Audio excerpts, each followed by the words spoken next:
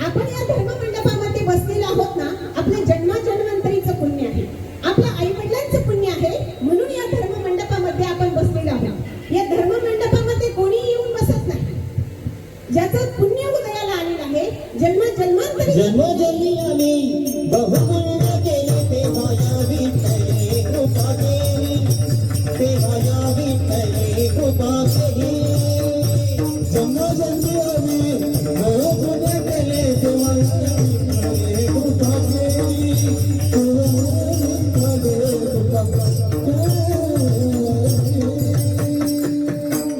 जन्मांतरीचं पुण्य आहे, म्हणून आपण या धर्ममंडपामध्ये बसलेलो आहे. ऐका ना, एक सुंदर वाक्य, जिंदगी में हर कोई सपने सजाता है, जिंदगी में हर कोई सपने सजाता है, लेकिन भगवान हर किसी का सपना कभी पूरा नहीं करता.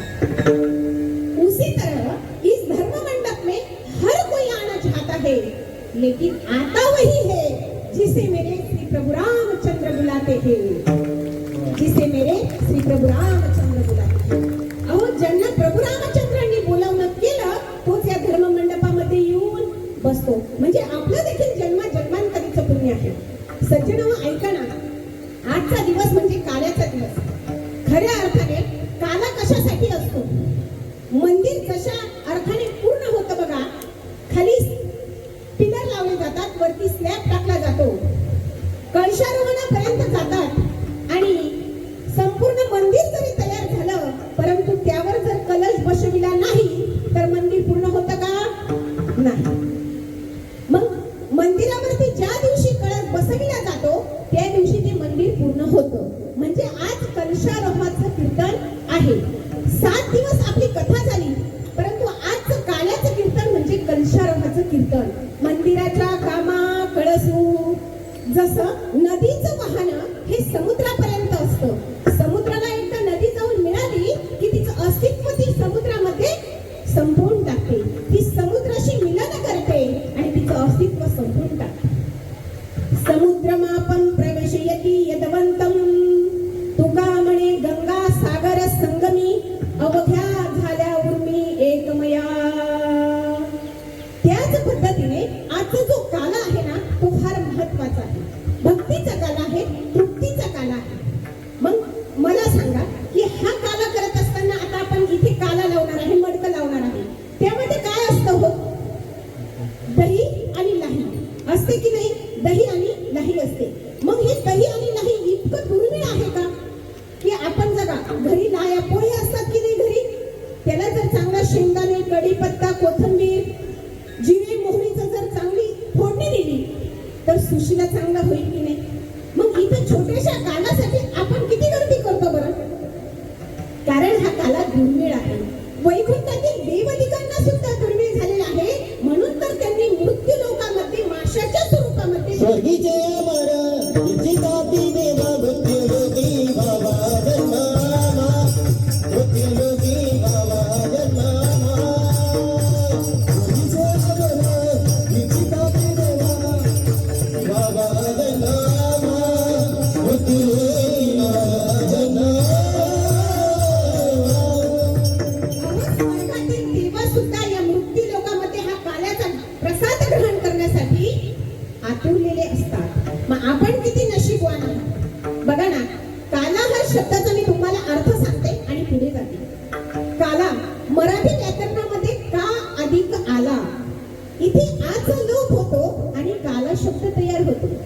काला का आला? कोहम म्हणजे मी कोण आहे, जातम म्हणजे कुठे जायचं आहे, कथम म्हणजे कुठून आलो आहे, कोही करता विद्या देई, आहे मी कोण कोणी या गावीचा, एकटाच ठाई ठाई एक.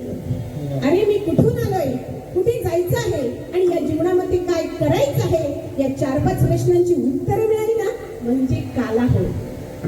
मग काला म्हणजे काय? काल्याचे 3 प्रकार सांगितलेले आहेत बरं का. नीट लक्ष देऊन कीर्तन ऐका. प्रत्येक शब्द महत्वाचा आहे. काला तुम्हाला समजला की कीर्तन समजलंच. काला 3 प्रकारचा असतो. एक दही भाताचा खिचडी काला, हरिनामाचा खिचडी काला आणि तुका म्हणे काला जेथे अभेद देखिला. अरे जिथे अभेदच संपून जातो तिथे काला होतो. मंदिरात देव आहे आणि त्या देवाचं दर्शन घेणारा जीव आहे.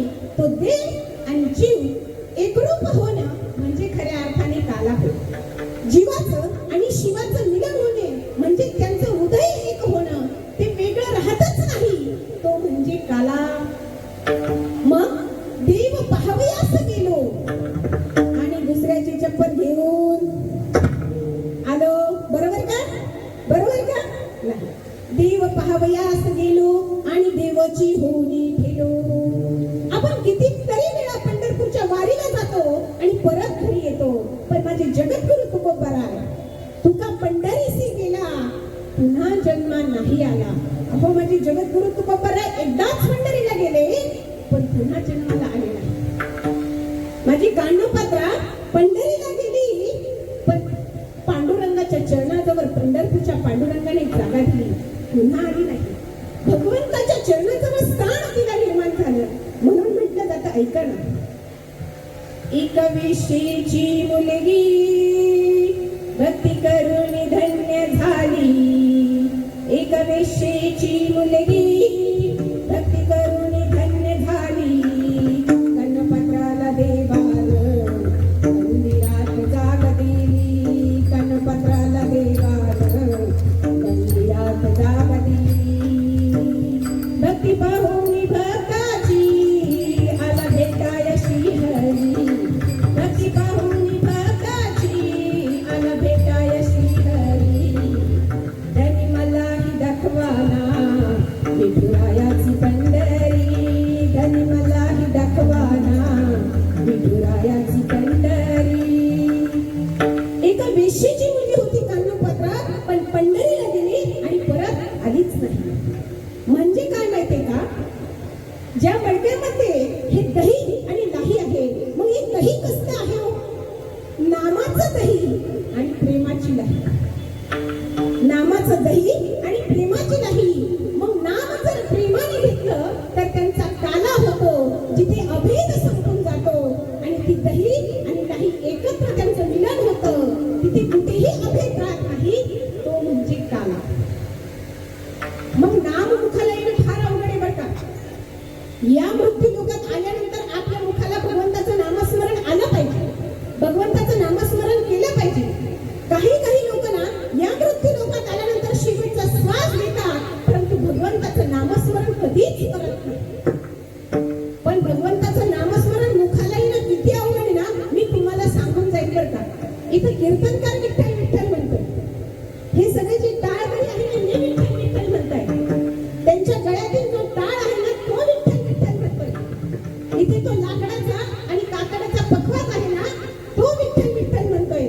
पण मंडपात बसलेली लोक विठ्ठल विठ्ठल म्हणत नाही. एवढं नाम मुखाला येणं अवघड आहे. विठ्ठल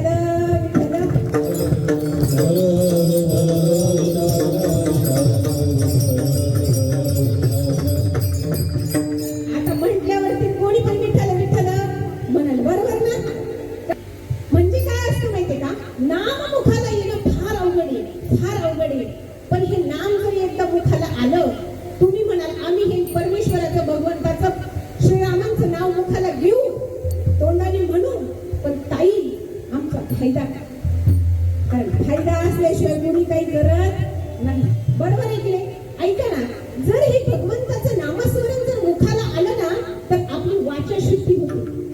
आपल्या जीवनातील ज्या अडचणी आहेत ना, त्या सर्व दूर होतात. आपण दुसऱ्यासाठी एक आदर्श व्यक्ती म्हणून जगतो. आपल्या मुखातून जी वाचा बाहेर पडते ना, ती वाचा शुद्ध बाहेर पडते. हो, जीवनामध्ये जे जे काही दुःख विवंचना सगळ्या गोष्टी असतात ना, संसारातील जे दुःख असतात ना, ते फक्त नाममुखाशी आल्यामुळे दूर होत असतात. मग तुम्हाला सांगून जाईल, ज्याच्या मुखाला जीवनामध्ये कधी नावच येत नाही, नामच येत नाही, त्यांचं जीवन कसं आहे ऐका ना. बघा बरं का, काही लोक म्हणतात ना, काय नाम घेतल्याने काही होत नाही. तर ज्याच्या मुखाला नाव येतच नाही, त्यांचं जीवन कसं आहे ते ऐका. इथं या नारदाच्या गादीवरती उभं राहिल्यानंतर मी माझ्या मनाचं काही सांगणार नाही बरं का, काही सांगणार नाही. तो भगवंत जी जी मला बुद्धी देईल, जे जे माझ्या मुखारविंदातून वदवून घेईल, तेच मी तुमच्या समोर बोलणार आहे, शिवाय संतांच्या प्रमाणानुसारच बोलणार आहे. जर नाम मुखाला आलं नाही तर ज्याच्या मुखाला नाम येत नाही त्याचं जीवन म्हणजे मंदिरात दिवा न लावल्यासारखं आहे. ज्याच्या मुखाला नामस्मरण येत नाही त्याचं जीवन म्हणजे दूध आटलेल्या गाईसारखं आहे.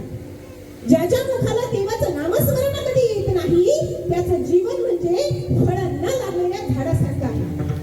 ज्याच्या मुखाला देवाचं नामस्मरण येत नाही त्याचं जीवन म्हणजे पाणी आटलेल्या विहिरीसारखं आहे. ज्याच्या मुखाला देवाचं नामस्मरण येत नाही त्याचं जीवन म्हणजे पंख छाटलेल्या पक्षासारखं आहे.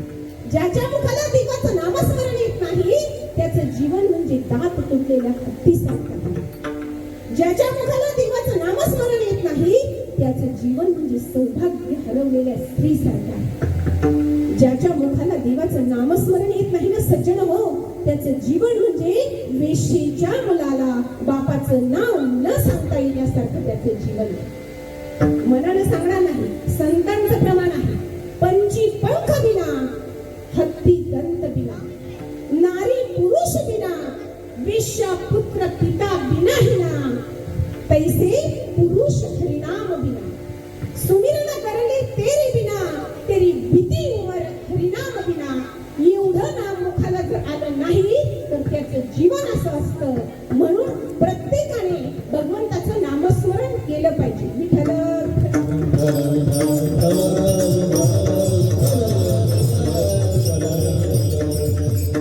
प्रत्येकाने नामस्मरण केलंच पाहिजे. पण ते नामस्मरण करत असताना, नाम घेत असताना त्यामध्ये प्रेम निर्माण झालं पाहिजे. कसं पण नाव घेऊन चालेल का भगवंताचं? नाही. भगवंताला प्रेम आवडतं. जर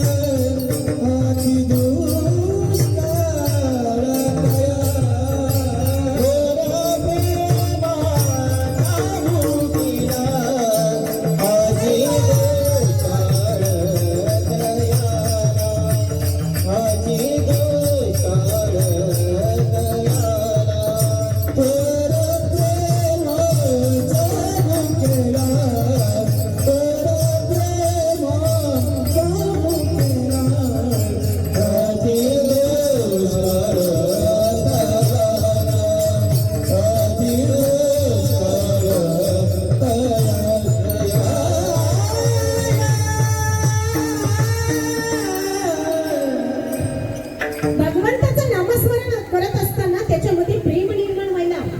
आपण एखाद्याशी जर प्रेमाने बोललो तर तो व्यक्ती लगेच आपल्या जवळ येतो की नाही? मग भगवंताचं सुद्धा नामस्मरण करताना सुद्धा प्रेमानं घेतलं पाहिजे. त्यासाठी स्वतःवरती प्रेम करायला शिका. स्वतःवरती जेव्हा आपण प्रेम करतो ना तेव्हाच आपण इतरांवरती प्रेम करू शकतो. जर स्वतःवरती प्रेम केलं नाही तर इतरांवरती काय प्रेम करणार आहे? बरोबर आहे की नाही? आणि मग जिथे प्रेम निर्माण होतं तिथे अधिकार निर्माण होतो, कर्तव्य निर्माण होतं. बघा ना, पती पत्नी एकमेकांवरती प्रेम करतात की नाही? मग पत्नी पतीशी भांडली काय आणि नाही भांडली काय, काही फरक पडतो का? नाही. पण एखादी स्त्री जर शेजारच्या माणसाशी भांडली तर काय होईल? तिथे अधिकारच नाही ना. बरोबर आहे की नाही? जिथे अधिकार नाही तिथे भांडण्याचा अधिकार आहे का? नाही. जिथे प्रेम असतं, हक्क असतो, तिथे आपल्याला भांडण्याचा अधिकार असतो. मग आपल्याजवळ प्रेम असलं पाहिजे. मग पती पत्नीमध्ये सुद्धा प्रेम असतं.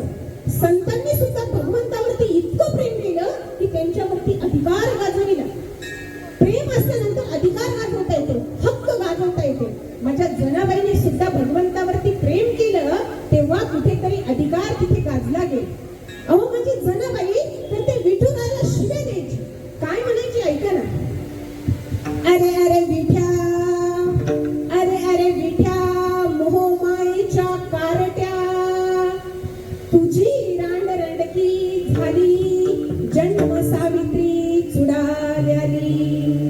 तुझे गेले मडे, तुला पाहुनी काळ रडे, उभी राहुनी अंगणी, शिव्या देती दासीजनी. माझी जनाबाई ना भगवंताला शिव्या द्यायच्या बरोबर. केव्हा शिव्या द्यायच्या? तो अधिकार प्राप्त झाल्यानंतर. म्हणून भगवंतावरती इतकं जीवापाड प्रेम करा, इतकं जीवापाड प्रेम करा ना, तर आपल्या दुःखामध्ये ना आपलं दुःख याच्या त्याच्या खांद्यावर रडून सांगण्यापेक्षा भगवंताला रडून सांगता आलं पाहिजे. त्याच्यावरती अधिकार आणि